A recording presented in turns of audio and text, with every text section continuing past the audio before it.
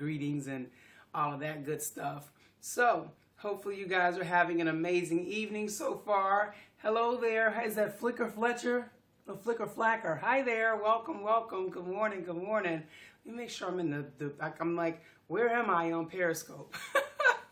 So, all right. So good morning. We now have everybody on board. Thank goodness. So I am broadcasting live. Let's see. Am I making this worse on Periscope? There we are. Okay. So I am broadcasting live on Periscope, on YouTube, and on Facebook. So hello, everybody. So I'm trying to meet everybody where they are. Okay. So let me introduce myself.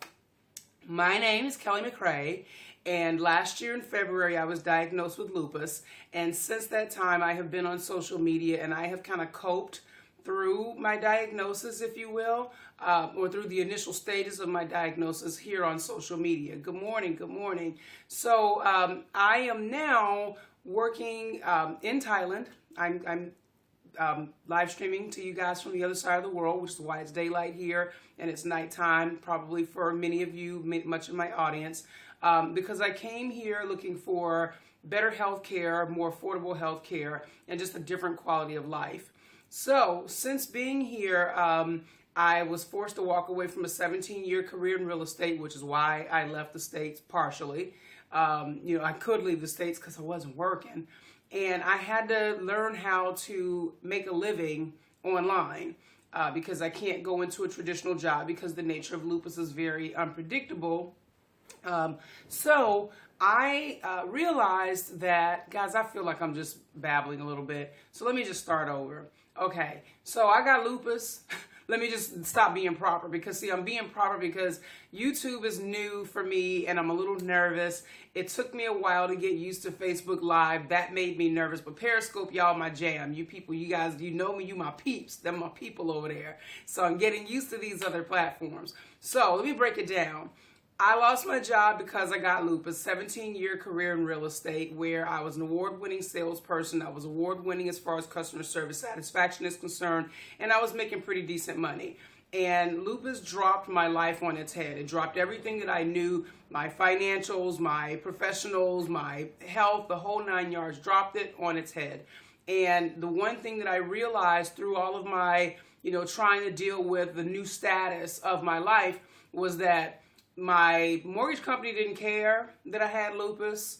The light company didn't care that I had lupus. The cable company didn't care that I had lupus and that I couldn't work anymore. They wanted to be paid.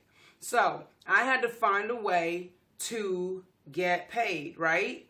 So I have come up with, through the course of talking to my audience, and I really kind of coped through this thing on Periscope. Periscope has seen me cry. They've seen me angry. They've seen me like go the gamut, okay? So that's why Periscope is my jam and those are my people. Because a lot of them have been here with me from even before I knew what was wrong with me, before I got my diagnosis. So Periscope is my jammy jam. But anyway, so one of the things that I learned through this thing is that, one, there are a lot of other people out there like me. So it was like, okay, well, that's kind of cool, I guess, but not really, because it kind of sucks because that means that you're dealing with this disease. But what I did realize in that was that there are a lot of people who want to work, but they can't. There are a lot of people who got bills still coming in that they can't pay because they are caught up in the traditional mindset. So as I've been on Periscope and lately on Facebook sharing, YouTube is new for me, bringing them in. As I've been out here sharing, I noticed some things. I noticed some dirty little 4-letter words that, help either stop you from getting to success or move you towards success. So I am going to stop my lesson right quick and I'm going to ask you guys to do something for me. Those of you that are here on Periscope, please tap it up, give me love, and share this out. I really do appreciate it. I do my best to make sure that I give value. Facebook, YouTube, please share this with your friends. Put this out on G Plus over here, I guess on Facebook and Twitter, and the same thing here on Facebook. Please share this out. I really do appreciate it. And those of you that are taking some time out of your day to spend some with me, I do appreciate you guys as well. So, the dirty little 4-letter F words, one of them is an F word. The dirty little I can't even talk. The dirty 4-letter words are not the dirty four little words that y'all probably thinking of, although one of them is an F word. And if I don't get this broadcast right, I might use the dirty little four-letter F word that y'all thinking of. Okay, so we all know that most of the things that we need to change in our lives and the things that freak us out, thank you for sharing, Wendy, are start with fear. We're afraid we can't pay our bills. We're afraid we're going to get sick. We're afraid we're going to lose our jobs, right? So that first four-letter word is actually fear.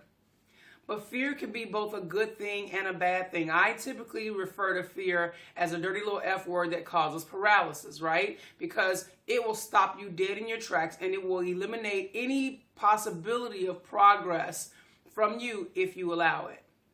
But here's where fear is actually good. Fear lets you know that you're about to step out of your comfort zone, that there's something that needs to be changed there, okay? And then it becomes a matter of evaluating if this fear is good fear.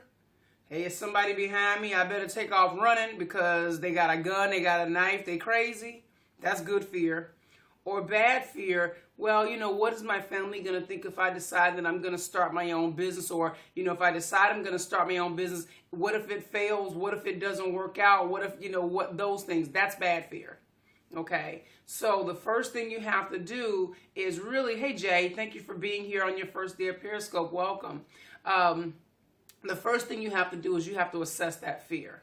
So you have to decide, is this good fear or bad fear? And if this is good fear, which is like, again, foolishness where you're like, well, what is somebody going to think? What if it doesn't fail? What if it doesn't work out the way that I expect it to work out? Guys, last year in January, if you would have told me, honestly, in this January now, if you would have told me in January that I would be talking to you from Thailand, Thailand wasn't even on my radar in January last year. Seriously. It was nowhere to be found in what it was that I wanted to do with my life. I wanted to eventually retire abroad. Oh, I like that. I got a big giant thumbs up on YouTube. Hey, YouTube's new to me. Hi! I didn't know that was capable. Yeah, y'all, give me those thumbs up, give me those hearts, and share this out. Awesome.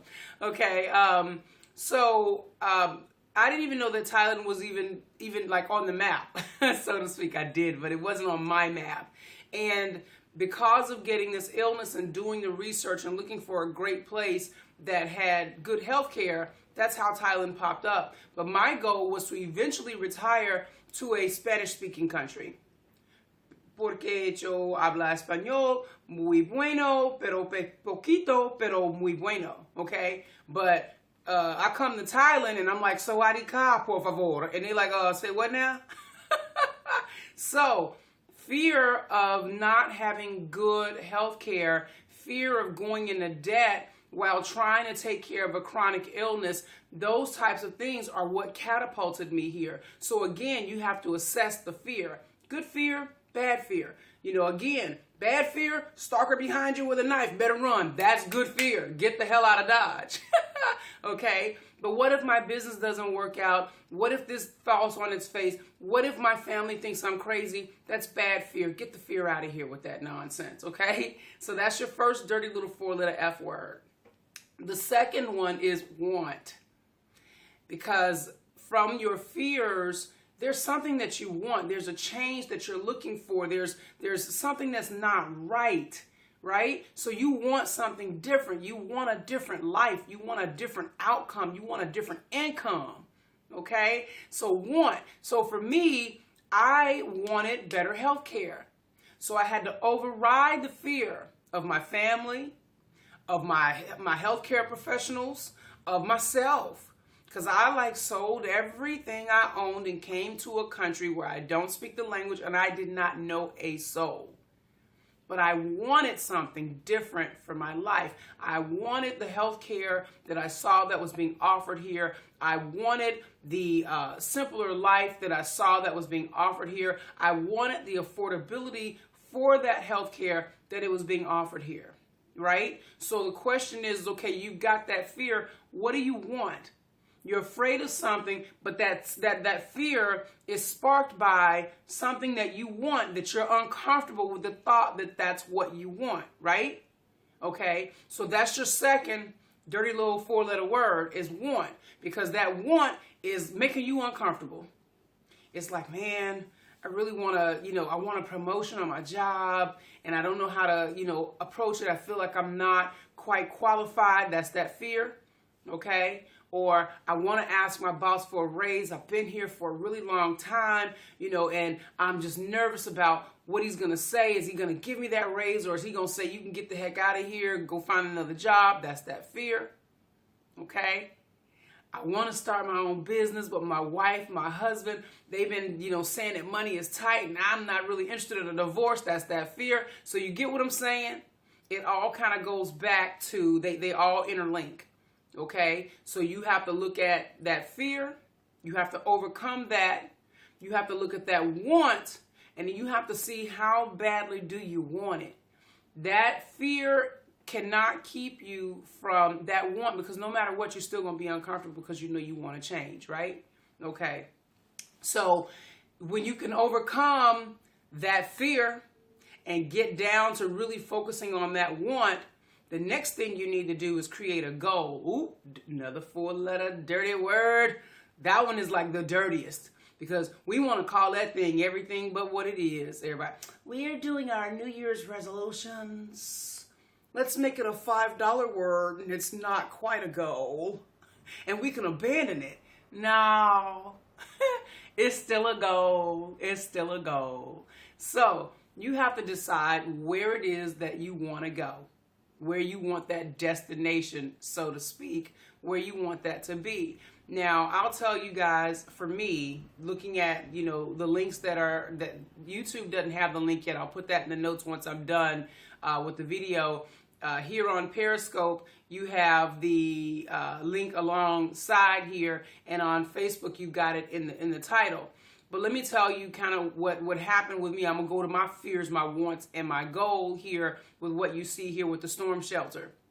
Now, for those of you that don't know, my nickname is Hurricane Kelly, thus my business name, Hurricane in Heels. So yes, of course I had to call my site the storm shelter.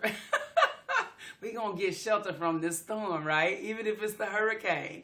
So here's when I got diagnosed and I was sitting on my sofa, because that was pretty much all I could do. I could not walk and talk at the same time for quite a few months, okay, which was scary in and of itself. And I'm kind of hyper. I'm kind of a force of nature, thus the name Hurricane, right? So while I was sitting there, I said, how can I serve me? Because I need to make some money. And how can I serve my community? Because even in my real estate business, I tell people, I talk more people out of buying houses than into buying houses, because if it wasn't good for their family, then it wasn't going to be a good deal for me, and it wasn't going to be a good deal for the community that I was putting them in, because foreclosures bring your value down. So whenever I do something, I do my absolute best to make sure it is a win-win for everybody. So in the case of the real estate, it was a win for me, it was a win for my company, and it was a win for my customer. And if it wasn't, then I didn't do that deal. And I'm happy to say that out loud. And I was still an award-winning salesperson, okay? And that's not to brag, that's just to let you all know that when I sat down to put this project together, I made sure it was going to be a win-win for everybody. So it'll be a win for my speakers, it'll be a win for my audience, and it'll be a win for me. Okay, but when I first hopped out here and started saying that I was going to do something, fear popped up, and I was like, well, you are talking to people who are ill. You're talking to people who, are having a tough go at it right now. They're losing jobs. Their families don't understand. Their bodies are rebelling, and I was acting like I wasn't part of that number, so I was feeling bad about it. So I am, I'm a social media junkie, just an absolute social media junkie. And so, hang on, guys. All right, there we go. So I hopped on social media and said, hey, guys, here's the idea that I have. I want you guys to let me know what you feel about it. Well, I had a lady who I had appraised her house, so I knew her in person. I think I'd had coffee with her once, and she kind of, and behind the scenes, okay, Lane, is that Lane? Okay, Lane, sleep well, lady. Behind the scenes, she had been sending me different things about, here's some supplements from this lady, and here's some information from that person, and blah, blah, blah, right? Behind the scenes. So when I posted this on Facebook, instead of coming behind the scenes, she, I guess, thought that she would embarrass me out in the open. And God don't like ugly. Okay, so it kind of backfired on her. And what she did was she came on and ridiculed me, saying I was taking advantage of people who were dealing with autoimmune diseases. How dare I want to make money off of sick people? And she talked to all of those fears that made me go out there and ask perfect strangers for permission to do what I was supposed to be doing. Okay? And because of that, everything came to a screeching halt. And I got on. I did what most little kids do. I got on the phone. I called my mama. And I says, hey, mama, what do I do in a situation? And my mother says, you got something you're on a mission for. You can't let people get in the middle of that. You got to go forward with the goal that you have in mind, okay? And that is what I'm telling you, that if you've got something that you're supposed to be doing, you've got to go forward with that goal in mind. You can't let fear get in the way of that. You can't let, the lack of what your family or your friends or, that lack of support, if you know it's something that you're supposed to be doing. So you have to put that goal in place. You have to figure out what that final destination is and how that is going to help everybody involved in the trip, so to speak. Okay. So you piling all your people in the car. If you dragging along anybody that, I really don't want to be here, drop them off where they want to be, and then you carry on with that thing, okay? You got a destination that you're trying to get to, so you have to get that goal. So we've now decided that we leaving the U.S. and we coming to Thailand, okay? That's our final goal. Now you have to actually plan. Another dirty, dang-gone four-letter word. Your life is filled with them now. All these four-letter words, man. So you have to plan the trip. So this is the part that why, like I said, it's not fun to get there, but once you really finally get to the end, that's where the fun happens, because you get to see everybody happy. You get to see how you've really assisted other people and how you benefit and how they benefit just from that, even that feel-good moment, right? Okay, so you've got to sit down, be patient, and plan out, okay, let's see, the logistics of this thing. I got to sell off all my stuff. Where am I going to sell off all my stuff? How much am I going to sell off all my stuff for? Again, the mundane, boring, whatever it is, but you've got to map out your plan. You've got to sit down and you've got to put together a turn by turn. And now let me tell you, sometimes roadblocks are going to happen. Flight delays are going to happen. Whatever terminology you want to put to a challenge. Okay, challenges are going to come. It does not mean that it is not meant to be. In fact, I am going to challenge you at that point and say, actually, it means just the opposite.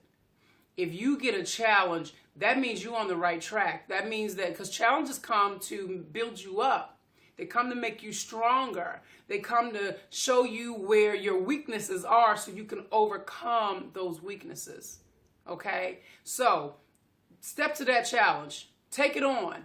Battle that bad boy out. Okay? Because that's what happens. So, just because you've planned it this way does not mean that you're not going to have to take a detour every now and again. Okay? So, guys, I'm going to ask you again, please, I know that I'm delivering value. Please tap it up on Periscope. Give me the thumbs up, if you will, over here. I just saw I can get thumbs up on YouTube. And share this out everywhere, all three platforms. I really do appreciate you guys and your time. And that's why I try to make sure I give you good information when I come on here, because I realize your time is valuable and I don't want to waste it. Okay, so the next dirty four-letter word is work. Woo, don't nobody like that one. This is what fills up classes that say, learn to make money online. This is what, because people don't want to work. They want life to be, let me throw in another 4-letter word, easy. Easy. And it's never going to be that. That's a dirty one. Just like fear, easy is a dirty 4-letter word. It is a fantasy. Okay? Because even if you are working a business online, guys, it is, 9 o'clock in the morning. I got 3 cell phones in my face. I got a website here that I'm talking about. I have, what else do I have? I got a book that I'm working on. I got the podcast that I'm working on. I got the broadcast that I'm working on. I will be sitting here doing something all day long. All day. It's a job, if you will, like any other. You have to put in the work. But the difference is this is your thing. This is what you are supposed to be doing. This is where your passion lies. So you're not going to work for somebody else. You're putting in this work for you. You're putting in this work for your family. And it's work that you want to do. You know, I might have sold houses and I enjoyed that, don't get me wrong. But, if I could have built my own business, would it have been in real estate? Probably not. But I got into real estate. I tell people this all the time. I initially got into real estate for greed. I'd gone through a divorce. I had 2 kids to feed. And what I was doing was never going to put 2 kids through college. So that was a problem for me. I wanted my children educated and I wanted them to eat.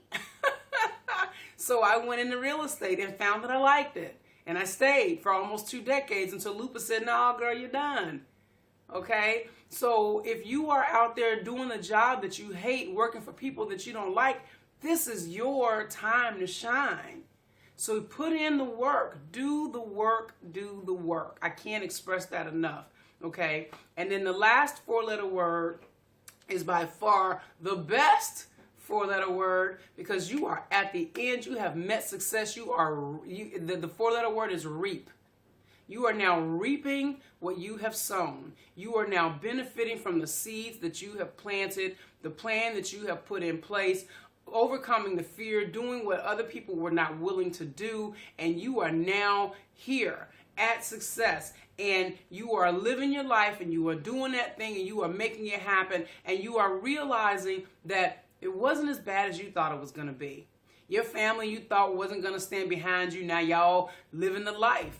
You're home more, you're able to vacation more, because you've built this home-based business, if you will, and this business is kicking out money for you while you sleep, because you did it right. You set up the goal, you put the plan in place, and you worked it.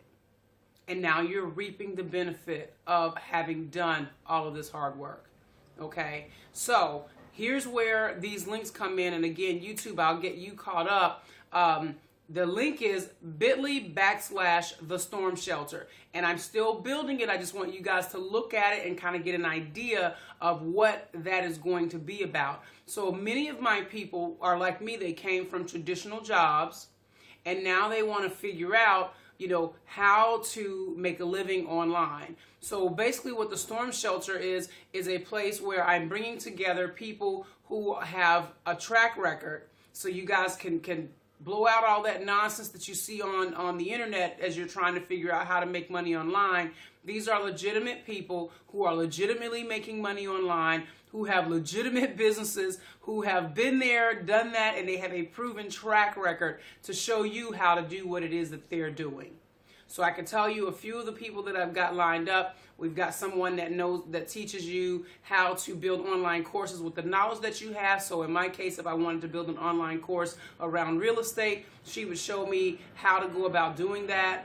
We also have someone who can show you how to take a podcast and start a business with it and get sponsors for it. She's been doing her podcast for many years now, and she, on her podcast, has interviewed many 6- and 7-figure income earners. I've got someone who has been freelancing and traveling the world, getting freelance work through Upwork. She is not a millionaire, but she's been doing this for years on Upwork, and she has been to, I can't even remember how many different countries.